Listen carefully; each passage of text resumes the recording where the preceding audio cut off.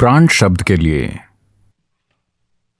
अंग्रेजी में कोई शब्द नहीं है, पर we can say it's a vital energy. हम इसे बुनियादी ऊर्जा कह सकते हैं। जिसे हम जीवन ऊर्जा कहते हैं वही प्राण है। प्राण 10 अलग अलग रूपों में शरीर में मौजूद है, पर समझने के लिए हम बस 5 पर ध्यान देंगे। इन 5 को Or refer to as 5 वायु या पंचवायु कहते हैं। ये प्राणवायु, समान वायु, उदान वायु, अपान और व्यान हैं। they're in charge of different dimensions of what happens in this human mechanism. इनका काम मानव तंत्र में मौजूद विभिन्न आयामों की देखरेख करना है। अगर इस विषय की गहराई में जाएं तो वो अंतहीन हो जाएगा। मैं कम से कम शब्दों में इसे समझाने की कोशिश कर रहा हूं। देखरेख करना यानी यम मतलब नियंत्रण करना, प्राणायाम मतलब वो विधि जिससे आप इन 5 को कंट्रोल करना चाहते हैं।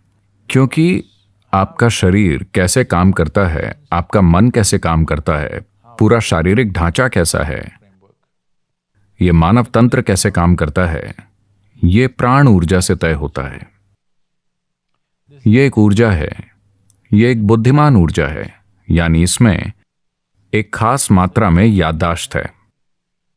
हर इंसान के कर्मों की याददाश्त इस ऊर्जा पर छपी होती है।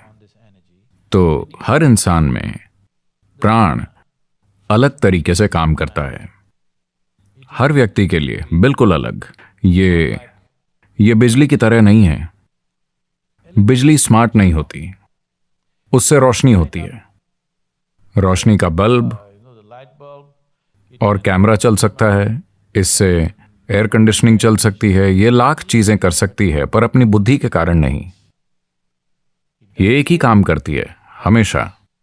किसी विशेष उपकरण के कारण एक निश्चित चीज होती है। पर मैं आपको बता रहा हूं, यह भविष्य में होगा कि आपके पास स्मार्ट बिजली हो सकती है। यह बहुत दूर नहीं है। अगले 50 वर्षों में आपके पास स्मार्ट ऊर्जा हो सकती है जो एक विशेष तरीके से व्यवहार करेगी। आप उससे खास तरीके का व्यवहार करवा पाएंगे क्योंकि आप उस पर याददाश्त छाप सकेंगे। तो यह एक बुद्धिमान ऊर्जा है। इसमें एक निश्चित मात्रा में छाप है।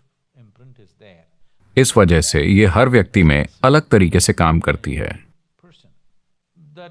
तो प्राणायाम का एक बहुत विशेष रूप वो होता है जिसमें हम विशेष रूप से किसी व्यक्ति के लिए कुछ डिजाइन करते हैं, क्योंकि वो एक अलग इंसान है। उसके लिए उस स्तर पर आने के लिए एक सामान्य प्राणायाम जरूरी है जो 5 वायुओं का ध्यान रखेगा। अगर इन 5 वायुओं पर महारत हो Over these 5 vayus, there is no such thing as तो शारीरिक बीमारी या विशेष रूप से मानसिक बीमारी हो ही नहीं सकती। अगर कोई अपने प्राणों को अपने हाथों में ले लेता है तो बाहरी वातावरण जो भी हो, जो भी कंपन, in terms of reverberations, waves, तरंगें, भावनाएं या दूसरे कोई भी दबाव हो, कोई फर्क नहीं पड़ता। उस व्यक्ति के मानसिक संतुलन की 100% गारंटी है जो अपने प्राणों को संभाल लेता है। संतुलन से मेरा मतलब है, शायद डॉक्टर आप में से ज्यादातर लोगों को असंतुलित नहीं बताएंगे, पर कई लोग मानसिक रूप से असंतुलित हैं। मान लीजिए आपका हाथ ऐसा है, मान लीजिए कि यह हाथ अभी उछलने लगे और आपकी आंखों में उंगली डालकर आपको खरोंचने और पीटने लगे। अगर आपका हाथ ऐसा करे तो यह बीमारी है ना? कम से कम आपका हाथ बीमार है। चलो मैं पूरे व्यक्ति को दोष नहीं दूंगा, कम से कम आपका हाथ तो बीमार है ना? ज्यादातर लोगों का मन बस यही कर रहा है। हर दिन ये आपको अंदर से खरोंचता है, रुलाता है, बावला बनाता है, चिंता देता है। दुख की कई किस्मों में ये कई बार आपकी अपनी आंखें नोच लेता है। क्या ऐसा नहीं है? it is sick. ये बीमार है। शायद समाज इसे स्वीकार ना करे, पर यह बीमार है। तो जो अपने प्राणों को अपने हाथों में ले लेता है वो 100% भरोसा कर सकता है कि उसका मानसिक संतुलन बना रहेगा। आप उसे नहीं हिला सकते। शारीरिक संतुलन भी होगा, पर शारीरिक बीमारियां कई कारणों से हो सकती हैं।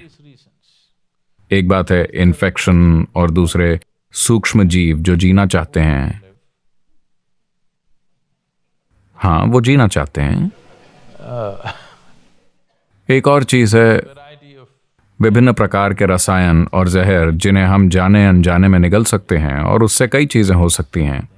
तो शारीरिक बीमारियां, मैं कहूंगा कि 90% तक गारंटी है कि ऐसा नहीं होगा, लेकिन मानसिक खुशहाली की 100% गारंटी है। अगर आप मानसिक रूप से बिल्कुल ठीक हैं तो 10% शारीरिक समस्याएं कोई समस्या नहीं होती। वो कोई समस्या ही नहीं है। ज्यादातर समय शरीर में जो छोटी मोटी चीजें होती हैं उनसे फर्क नहीं पड़ता। आपके मन में जो प्रतिक्रिया होती है वही समस्या है ना? हाँ, है ना? तो प्राणायाम मतलब आप बुनियादी ताकतों को अपने हाथों में लेना चाहते हैं।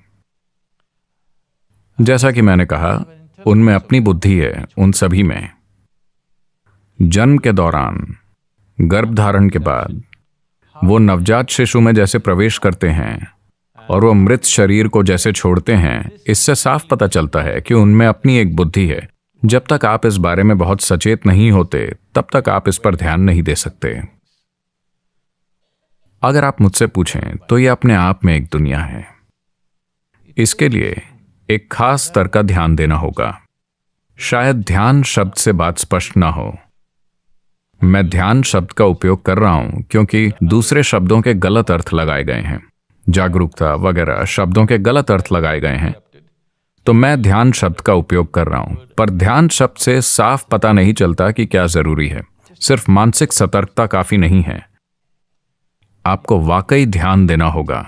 अगर आप खुद को ऐसा बना लें तो आप जान जाएंगे कि ये पांचों कैसे काम करते हैं।